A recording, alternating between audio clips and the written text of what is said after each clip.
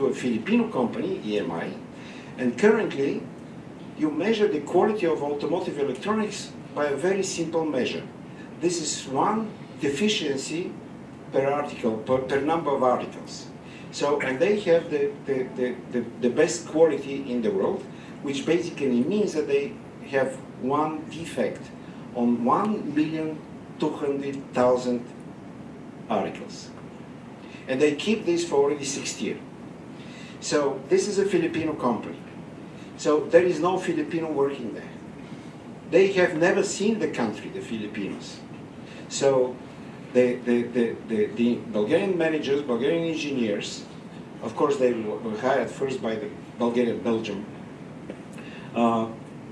They have an education in Russian. They are profit-making in the automotive electronics, meaning that they are not copying what somebody else produces.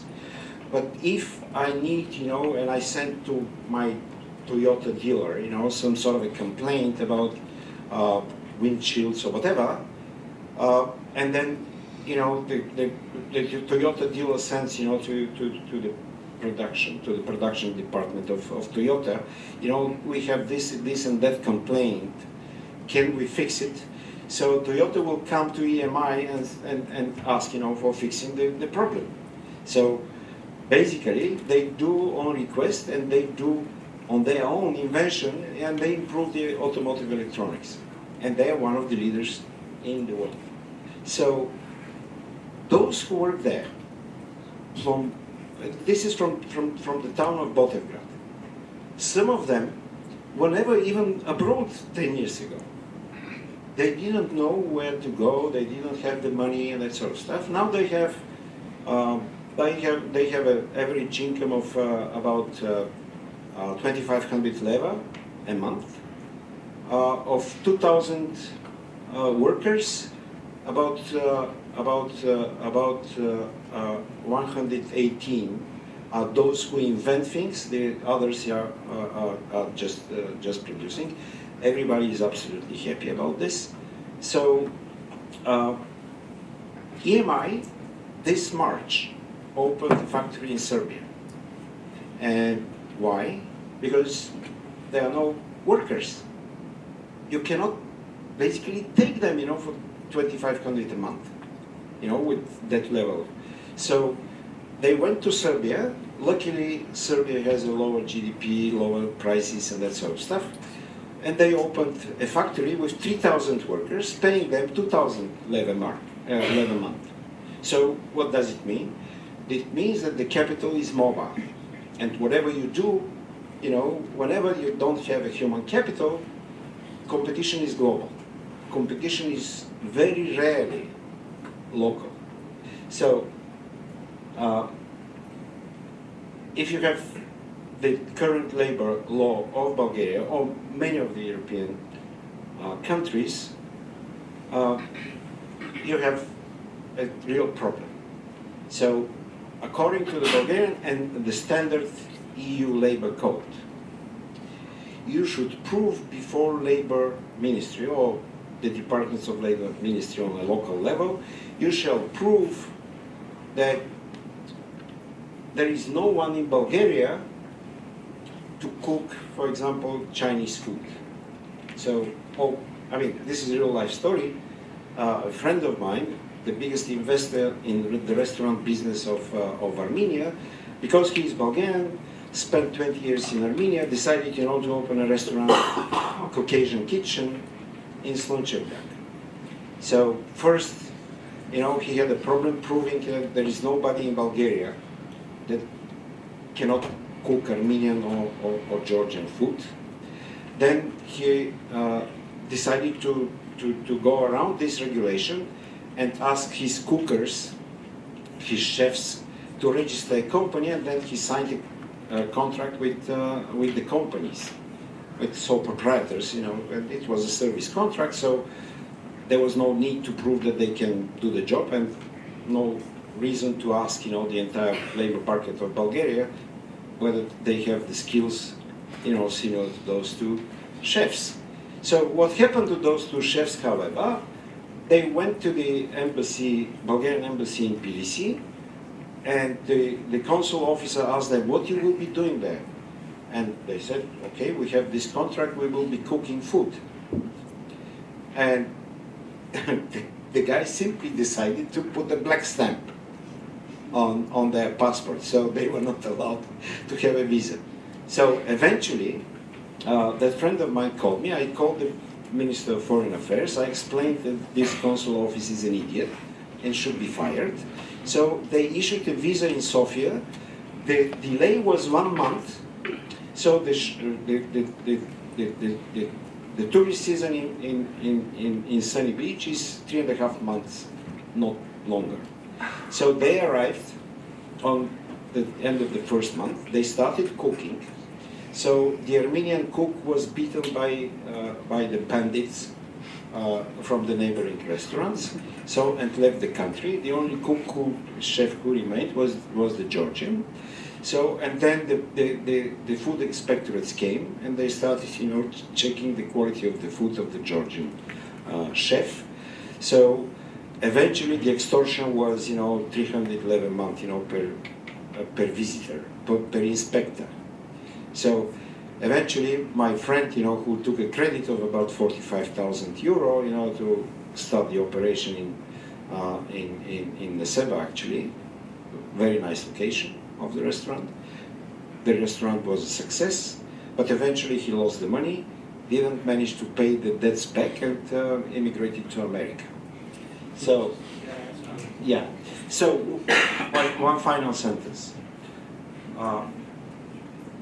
This is global competition for skills, and this is because of one very simple reason. The economy does not depend on natural resources. The economy depends on human resources. The ultimate resource, this is a great work of a great economist, Julian Simon. The ultimate resource is the human brain, the human skills, the human culture. And this is true about the situation we are living in, this is true about the future, and this is true about the past. Thank you.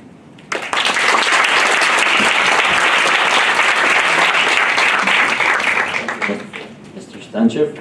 I will now give the floor to Momchil Karpuzanov, who's currently a professor at the business department at AUBG and a research fellow for the Institute for Research in Economic and Fiscal Issues. Thank you. Do you hear me? Does this microphone work? No. Did I sit on? And there's a light on. Present. Oh, here in the middle. Now it should work. Think first. Good. Thank you very much. I will try to bridge those two talks we will have. One by Professor Stanchev and one by Daniel Schwartz here. Who will, of course, direct it towards the fundamental, I said it correctly, topics of ethics and, of course, philosophy, based on what, let's say, the philosophical fundamentals of free market and classical liberalism are. So I'll start with dystopian, real world-like assumption or hypothesis or image of what our fears, and our fears are perfectly human and understandable, may make us do and feel and most importantly act. We spoke about China was mentioned a couple of times. So suppose a world, and quite likely it will happen, where the Chinese, despite their absolutely incredible and for more than 3 decades now rate of growth of GDP, that is real, actual improvement of their level of wealth, this country, for specific reasons, basically the policy of a single child, this country's population will become old, that is no longer capable of creating value and wealth. Now, creating value for those who are not really economists is a very, very fancy word. In the business world, you will hear it all the time. We have to create value. You have to create value. There are a lot of things to say, both from a business or economic point of view, and of course from a philosophical point of view. But we don't have time here to discuss this. However, if all those people they will become old, and they will become old before they become rich, what those people would rationally do? Now, ask yourself, what would you do if you become old? And that will happen, despite your best efforts. If you become old and you are not wealthy enough, or there is absolutely no framework or infrastructure which would support your needs when you can no longer provide and basically maintain a decent level of quality of life. We're talking about hundreds of millions of people here. So my guess is that those people would just turn west and go across Asia, and they'll come to Europe. Now this is precisely what is the root of the fear we are trying to instill within Europe, this fear of the foreigner, of the different, of that one who comes here in order to profit from what we have created. Now, Professor Stanchev did insist, and it will never be enough to insist on this thing. Human capital is, so to speak, the only capital we may talk about. Now, I know there are a lot of economics students here. You will disagree because of what you have been told by colleagues. We have capital and labor, and this is your production function. Lovely. Very, very lovely. It works in theory. However, when it comes to practice, it's a slightly different story. Now, if I may suggest a book, not only to economics students, but also to political science students, and I think there are many of them here, and the younger audience, if there is any students from high schools, do read it. It exists both in Bulgarian. It has been translated. The translation is good enough. It exists in English. Of course, you can buy it online, definitely. It is a book by P.J. O'Rourke, and it's called Eat the Rich.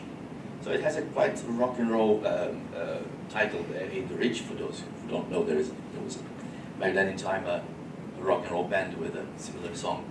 But if you do read the book, you will see a very funny comparison. And the book is really, it is funny, to be honest. A very interesting comparison of different institutional sets. And this is where I'm heading to, institutions. Institutional sets across countries. The examples are Cuba, of course. You'll see why, of course.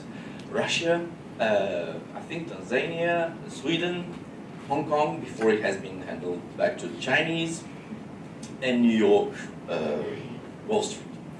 So the question P.J. O'Rourke asks is, how come you can have countries like Russia, there are perhaps many Russians among the audience. Russia is definitely the richest country in terms of resources and natural treasures, etc. And how come this country, people of this country, remain poor despite all those treasures they literally live on? Of course, it is a matter of institutions. And the institutions we are building up, we have created, we're proud, very, very proud of having achieved such a tremendous development because of those institutions. Adam Smith was mentioned, of course.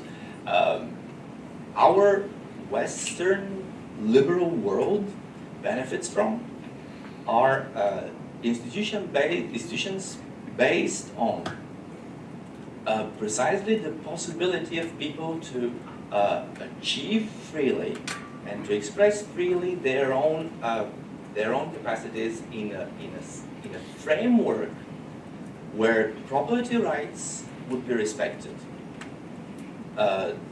Why institutions are so important, and why, as the central question here, do companies do business ventures have the right to hire foreign workers, the answer is so obvious.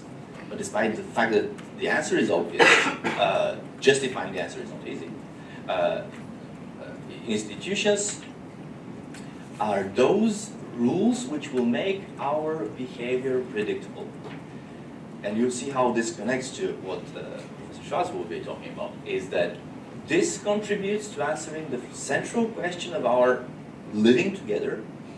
It comes from Aristotle, so it has been a long, long, long time we have been trying to answer this question. How do we manage to live peacefully and harmoniously together? Those are two different things. You can live peacefully with each other, and still it will not be a harmonious way of living together. You can live harmoniously, and the perfect example would be war, and this, of course, will be not peaceful. So,